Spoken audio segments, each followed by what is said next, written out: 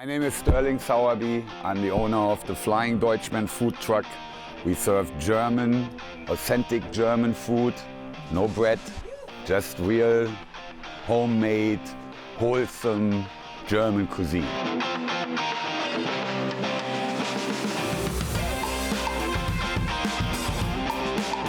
This food industry, 47 years total in the hospitality industry, shall we say. And in the kitchen and the restaurant field now, 37 years. I opened a restaurant and my partner was the chef. And what he did, I can't say on camera, but he did some naughty things and he wouldn't open the restaurant on time. So at one point I said, if that happens again, I was a DJ, I wasn't an owner, but not a chef. So I said, if it happens again, we're going to close down. And that's what happened. So we closed the first restaurant down, and after that I said, if I ever do a restaurant again, I was 24, I think. If I ever do a restaurant again, I need to be a chef. I need to know what's going on in the back of the house before I make an investment into a restaurant. So that's what happened a couple of years later.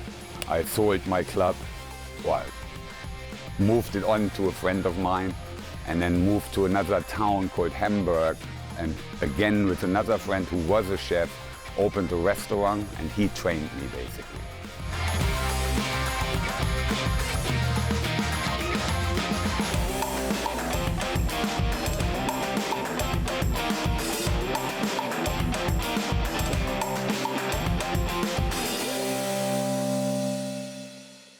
When you come from the blue-collar background that I come from and are not really exposed to the upper echelon fine dining scene, you get taken there, and I always thought, oh man, if I'm a chef, I can do all this myself. So in the end, that was a big motivating factor for me. No matter what will happen, I will always be able to take some ingredients and make a nice, healthy meal out of it.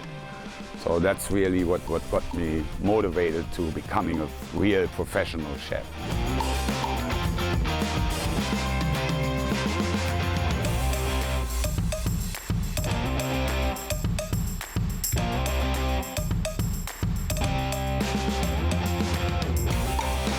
I wanted to open a restaurant. Just like in the movie Chef, he didn't want to open a food truck. But then once you get into it, you discover there's actually a lot of interesting factors about it. So the original story is my sister-in-law came up with the name Flying Deutschman. When I heard Flying Deutschman, I was like, oh, pirate scene, that's me. We can connect it to the Flying Dutchman, what everybody does. Usually they call me the Flying Dutchman. But it's a well-ringing name, I thought. And it got my fantasy going, what I could do, where I can take this. And that's how it started. Normal days are rare and far in between, to be honest, but you deal with everything, you know, and it is kind of similar to a regular kitchen. The bain-marie goes down, the stove, one flame is out, and so on and so on. You got to deal with problems. Now on a food truck, this is all combined into a small space, and it happens way more, especially when you have a 40-year-old lady like this that needs maintenance all the time, right, Heidi?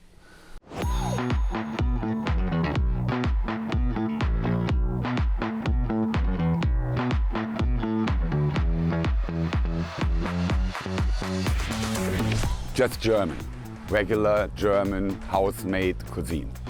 So the same stuff that my grandmother used to make back in the day. There's a lot of Mexican trucks around, there's a lot of all kinds of different trucks around, but there's really no German truck. It's a handful across the country, but most of those also fall into this, what I call Americanized cuisine. So they take a schnitzel, they put it on a sandwich and then say that's German. Well, yes, on the fairgrounds, they sell schnitzel sandwiches, but as a chef, maybe one day I will, if I'm famous enough and I have enough trucks, we will have a schnitzel sandwich truck out on the field somewhere with 50 other trucks. But for me, it was more showcasing the actual cuisine, how we really eat, how people really sit down at dinner and eat. They eat meat, potatoes, and vegetables, or used to. Nowadays it's a little bit different. They eat a hoagie, a pizza, and mac and cheese. I'm not for that. I'm totally against that. It's industrialized feeding and it's not healthy for us. And in the end, it will come back to haunt us because we need cholesterol medication and blood pressure medication and God knows what. Now, phenomenal. The first couple of years were tough. I had a lot of people come up to the truck and go, "Can I get a sandwich?" I go, "No, this is not a sandwich truck. We are here for real food, real German food. And I'm not saying that it's not real food when you put it on a sandwich, but I can't put myself behind it. I want to sell stuff that I can put myself behind it, that I will eat myself.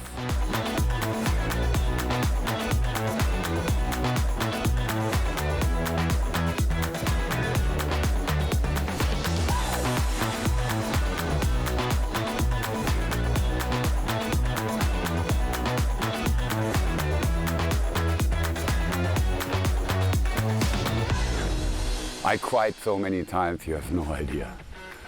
I laid in parking lots crying. The girl that works with me, Vicky, she saw a couple of those incidents.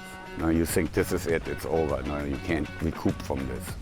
Whatever it was, brake line rupturing or tank leaking or so many things. It's just indescribable. You mentioned Vicky, talk about her role on the truck. Well, she's supposed to be my successor, hopefully. I call her my retirement. So I don't have a 401k, I don't have these things, you know. So for me, hopefully she will be the one that takes this company then to the next level. You know? And she's really good at it. When Vicky works, she works the grill. She likes to be on the backside of the house, so to speak. I take the order, I put it up on the board, she prepares it, puts it out, and then I call the customer and say, "Here's your food."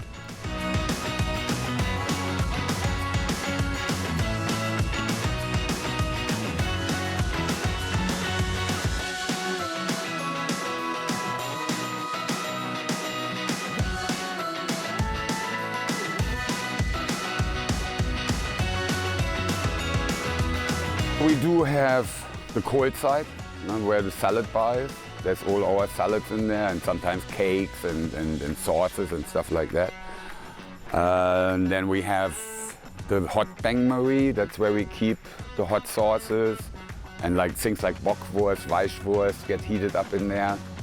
And on bigger events we use it to pre-cook schnitzel. You know, when we do like 500 people, you can't just do them one by one. So we start out by cooking, let's say 50 schnitzel, keep them in the warmer, and then we roll through them in the beginning to get the flow going.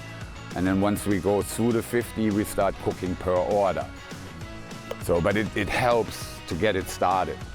And then next to that is the fryer. Well, everybody knows what we do in a fryer, right? We drop the schnitzel and the bratwurst in. And traditionally, I know chefs in Germany, you don't do bratwurst in the fryer. I'm aware of that. But you have to speed it up. There's just no way we can do all these brats on that little grill. It's not possible. So we drop them in the fryer. Plus, I found out that here in America, there's only a handful of Germans that know that still. Now that there has to be the white stripe. Normally when I served it like that, we did that in the beginning, because I'm a purist. And people would say, "Can you cook that all the way?" I would laugh. It is cooked already before I even throw it in the fryer. Bratwurst, Thüringer Bratwurst, the one that I'm doing, is not fresh meat, it's cooked meat. So they get boiled before they actually come on the truck. You can eat them cold. No, it's not a pleasant feeling, but no, you could in theory, nothing will happen. And then next to that is the plating and prep station, basically, where Vicky puts everything together. The big refrigerator that holds all the meats and the sausages, the potatoes, all that stuff is in a big upright refrigerator. Holds about enough food for roughly 500 people. 3-compartment sink because the health department wants it one, which is really ludicrous on a truck. We don't wash anything on the truck, you know. You take your dirty stuff, you put it in a bin, you bring it back to your commissary and you wash it there. Rather than in these little toy sinks that are back there where you can basically get one pan in it and that's it. So while it is a requirement, it's really a requirement that is illogical, shall we say.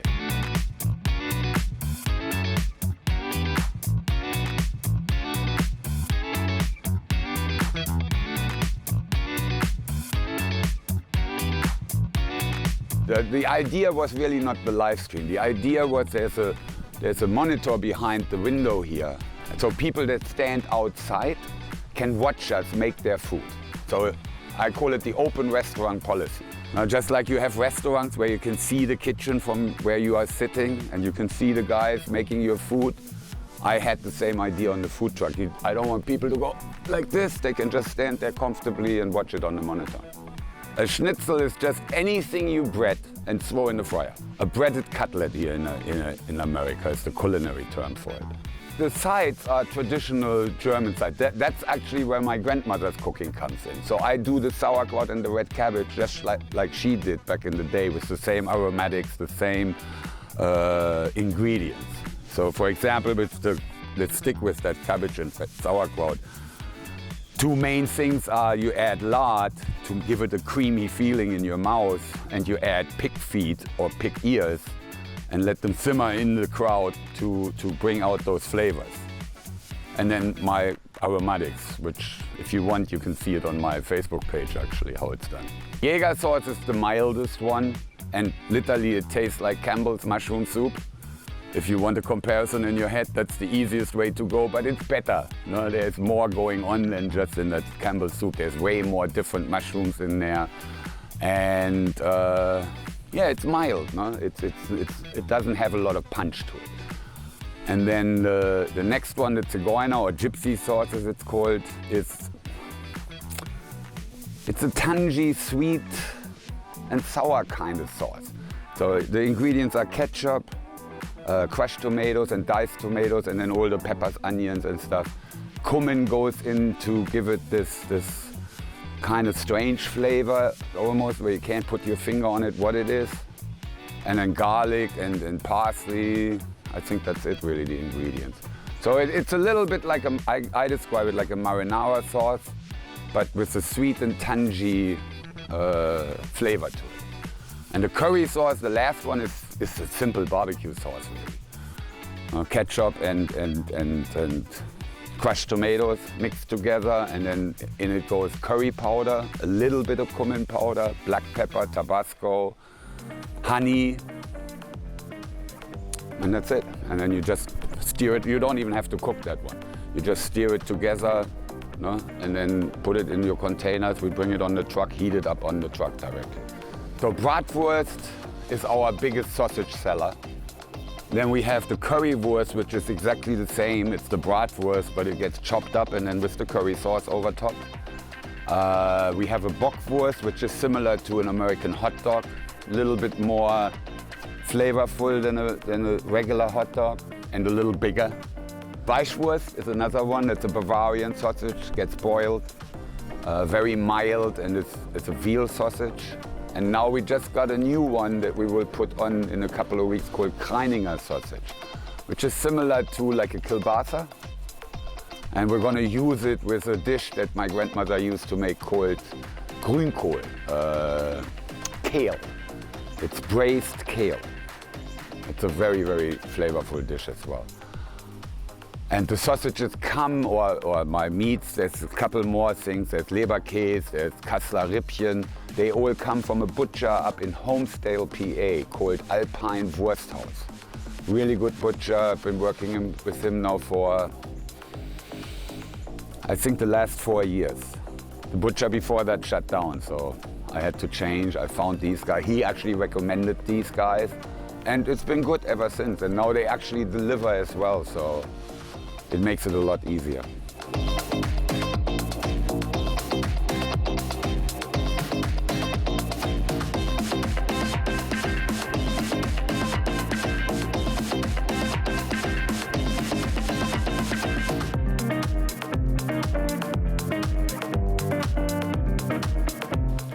I operate everywhere. That's one of the big reasons why I became a food trucker. I finally know where I live. Now I go all the way, the furthest we went so far is Manchester, New Hampshire, all the way down to Washington, went almost to Pittsburgh, not quite, and down to Atlantic City. So our radius is gigantic. Depends, of course, on the budget of the client. When we go to New Hampshire, you're looking at a cost of at least $5,000. Mostly private now. In the beginning, I did everything. I went on to all the events that everybody else was doing, all these food truck events.